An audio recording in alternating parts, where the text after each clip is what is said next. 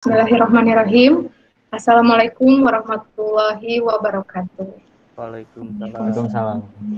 Selamat siang menjelang sore kepada rekan-rekan para peserta Latsar Jawa Barat Angkatan 4, khususnya di kelompok 2.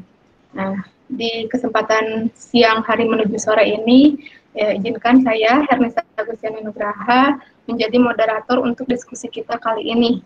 Nah, apa yang akan kita diskusikan kali ini? Kita akan mendiskusikan tentang pokok bahasan tentang Wall of Government atau yang sering kita singkat sebagai WOG.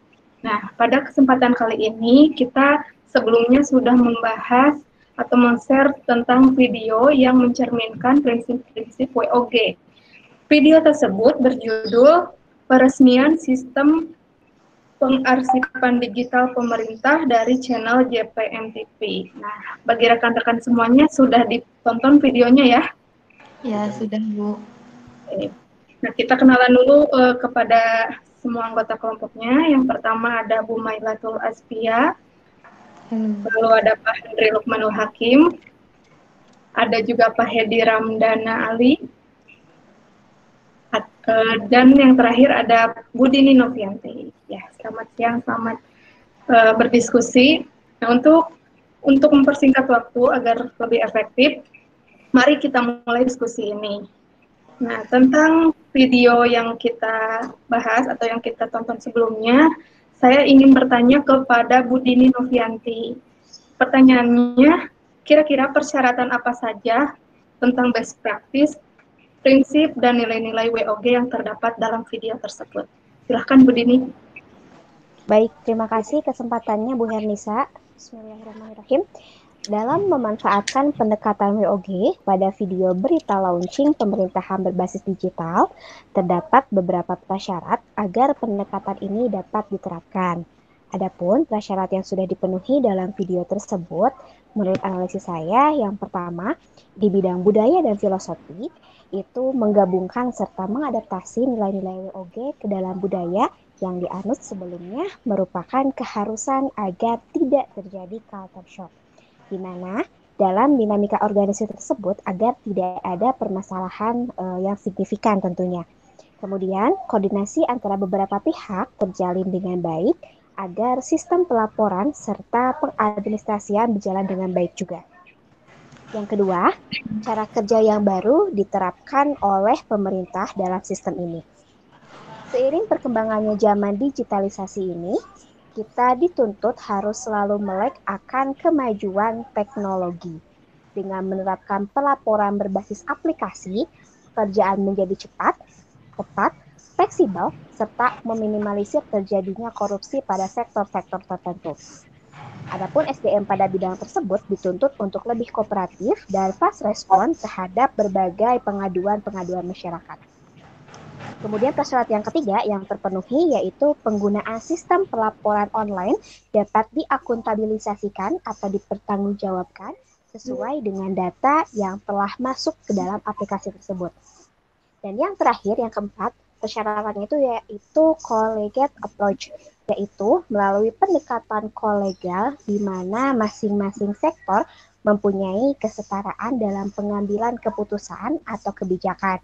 Pada aplikasi tersebut, pemerintah berfokus pada output pelaporan-pelaporan masyarakat yang masuk secara cepat, mudah, efektif, dan efisien. Begitu Bu Herni hasil analisis saya mengenai prasyarat best practice WOG. Terima kasih. Wah, padat ya. Ternyata persyaratan yang ada pada video yang kita bahas ini terpenuhi semuanya ya, baik itu dari segi budaya dan filosofinya, baik dari segi cara kerja yang barunya, akuntabelnya, dan pendekatan secara koleganya. Terima kasih Bu Dini atas penjelasannya. Nah, sekarang kita beralih ke peserta yang lain, yaitu ke Pak Handri. Saya ingin bertanya ke Pak Handri, nilai kolaborasi apa sajakah yang bisa kita analisis dari video tersebut? Silahkan Pak Handri. Iya, Bu, terima kasih untuk kesempatannya. Jadi sesuai apa yang kita lihat ya di video itu tentang SPBE ya, jadi peluncuran aplikasi Sri Kandi atau yang bisa disebut sistem informasi kearsipan dinamis.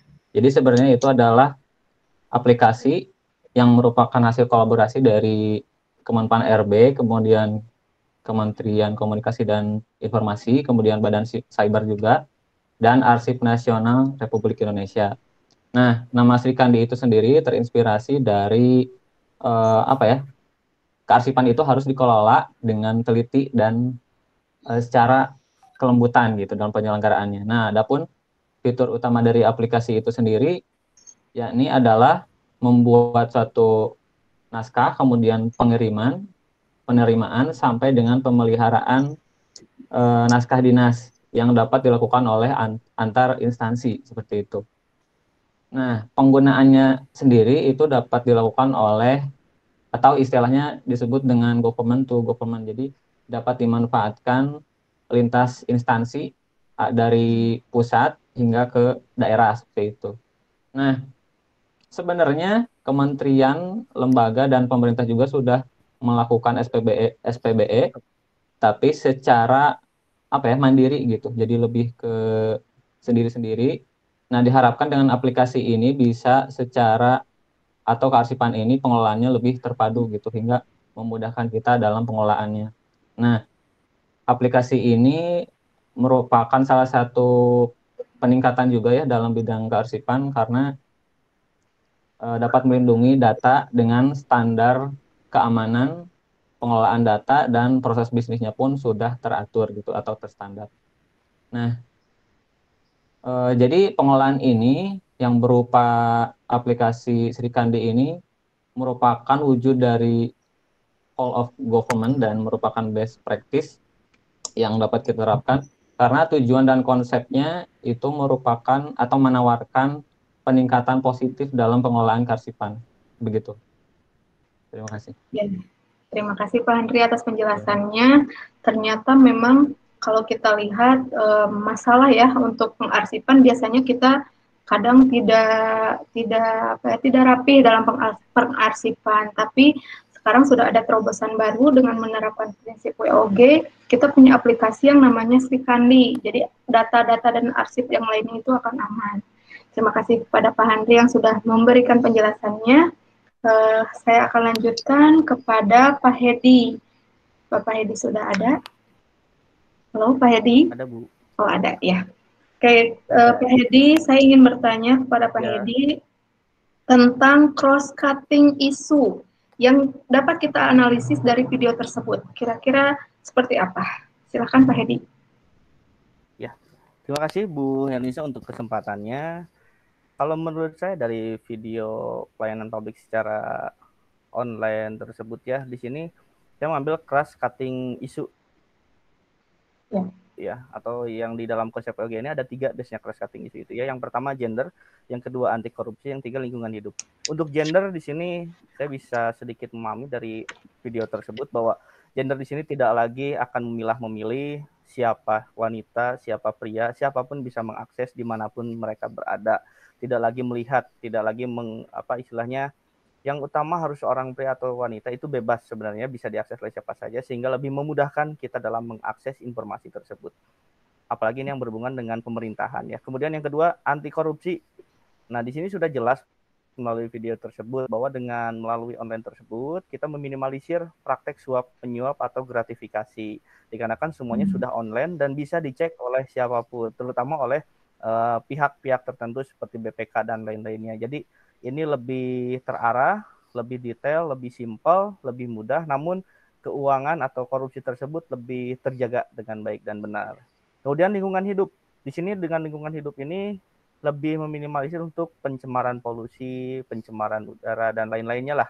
Yang berhubungan biasanya kan kita kalau ada pemberkasan atau apapun itu berhubungan dengan kertas, dengan map, dan lain-lainnya. Nah kita tidak tahu sampah-sampah tersebut dibuang kemana dan nanti akhirnya bagaimana, apakah hanya didiamkan begitu saja, apakah dicek atau tidak. Tapi melalui cross-cutting isu dari tadi yang gender, anti korupsi dan lingkungan hidup, kita bisa bekerja lebih efektif, lebih efisien, kemudian lebih cepat juga. Kemudian yang kita dapat dari salah satu kutipan dari Pak Ajang ya sebagai widya iswara kita itu bahwa kita apabila mempunyai kenalan itu akan lebih mudah melalui sistem online seperti ini. Kita bisa istilahnya mengatasnamakan surat itu bisa menjadi nomor kedua. Yang pertama kita bisa informasi terlebih dahulu, surat bisa menyusul. Seperti itu, Bu Hernisa, sedikit tanggapan dari saya. Mungkin nanti ada tanggapan dari teman-teman dan dari Bu Hernisa. Terima kasih untuk waktunya, Bu Hernisa. Ya, sama-sama Pak Hedi, terima kasih juga atas penjelasannya. Nah, seperti yang kita tahu kan, WOG itu memang mengkolaborasikan antar sektor dan antar aspek ya, supaya bisa mencapai tujuan kita untuk bersama. Nah, di sini tadi Pak Hedi sudah menjelaskan ada 3 hal yang menjadi cross isunya, ada gender, ada anti korupsi, dan lingkungan hidup. Terima kasih atas penjelasannya. Nah, sekarang kita akan beralih kepada penjelasan selanjutnya, yaitu penjelasan tentang tantangan Wall of Government yang akan dijelaskan oleh Bu Mailatul Askia. Silakan Bu Mailatul. Ya, sebelumnya terima kasih Bu Hernisa atas waktunya. Saya sependapat dengan pendapat dari teman-teman, baik dari Pak Hedi, kemudian dari Bu Dini maupun dari Pak Handri, yang saling menguatkan tentunya bahwa modernisasi pemerintahan itu sesuatu yang mengarah ke positif ya. Dia bisa menjadi debirokrasi, jadi membuat di mana sesuatu yang tadinya bertele-tele itu menjadi lebih simpel dan lebih mudah, kemudian transparansi, semua orang bisa mengakses, bisa tahu informasi yang ada di pemerintahan, kemudian juga bisa mencegah adanya tindak pidana korupsi, gratifikasi, dan lain sebagainya. Tapi tentunya di sisi positif itu pasti ada sisi negatifnya, Bu. Nah, sisi negatif ini yang saya soroti dan saya jadikan bahan analisis saya sebagai tantangan dari WOG. Tantangan pertama yaitu tentang kapasitas dari sumber daya manusianya dan institusinya. Untuk sistem pemerintahan berbasis elektronik ini kan saya yakin tidak hanya diterapkan di pemerintahan pusat aja, karena seperti yang tadi Pak Handri jelaskan bahwa sistem ini adalah kolaborasi antar berbagai sektor yang artinya mencakup pemerintahan dari tingkat pusat kemudian di bawah-bawahnya baik provinsi, kabupaten, kecamatan maupun desa. Nah, yang kita soroti adalah kalau dalam sumber daya manusia itu bagaimana dengan sumber daya manusia yang berada di pemerintahan kayak lingkungan desa atau di atasnya sedikit ya. Saya rasa tidak semuanya itu melek teknologi seperti itu. Sehingga hal tersebut perlu adanya penyuluhan atau sosialisasi terlebih dahulu sebelum WOG ini benar-benar diterapkan di lingkungan kepemerintahan. Kemudian hal lain yang perlu dilakukan oleh pemerintah adalah make sure, jadi memastikan bahwa sarana prasarana alat pendukung dari sistem pemerintahan berbasis elektronik ini sudah terpenuhi. Misal kayak kelengkapan IT-nya, komputernya, dan lain sebagainya, wifi dan lain sebagainya seperti itu ya.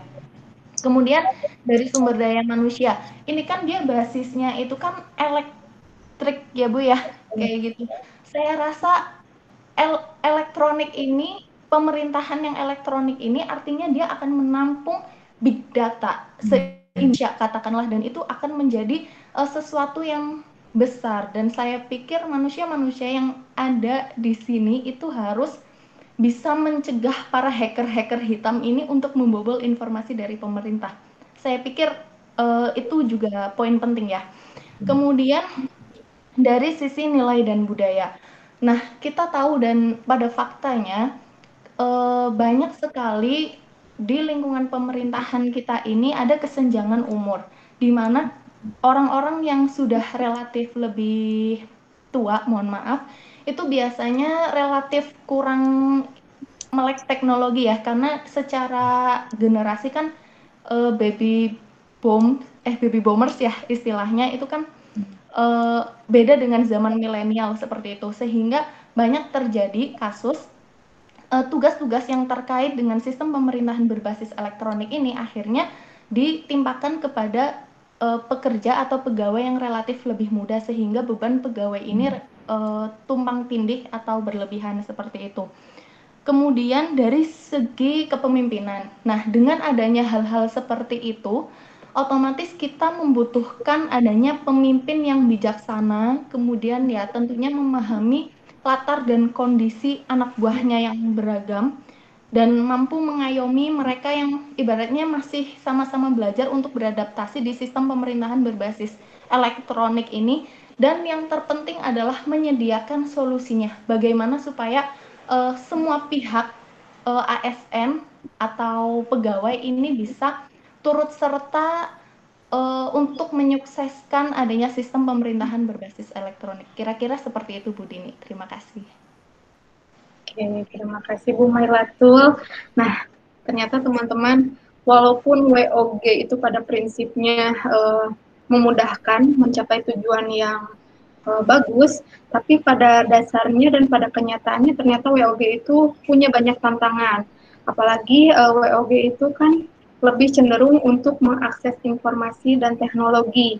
Nah, sedangkan kita sumber daya alam, sumber daya manusia, juga kesediaan sarana prasarana mungkin tidak merata di seluruh wilayah NKRI. Maka dari itu, kita bersama-sama sebagai ASN, sebagai calon pegawai negeri sipil, mari kita mendukung teknologi dan informasi yang ada dan memajukan prinsip WOG di Indonesia. Mudah-mudahan kita bisa menjadi ASN yang seperti itu, yang unggul, sesuai tugas dan fungsi jabatan kita.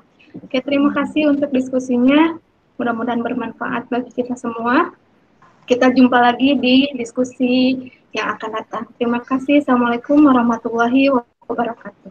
Waalaikumsalam warahmatullahi wabarakatuh. warahmatullahi wabarakatuh.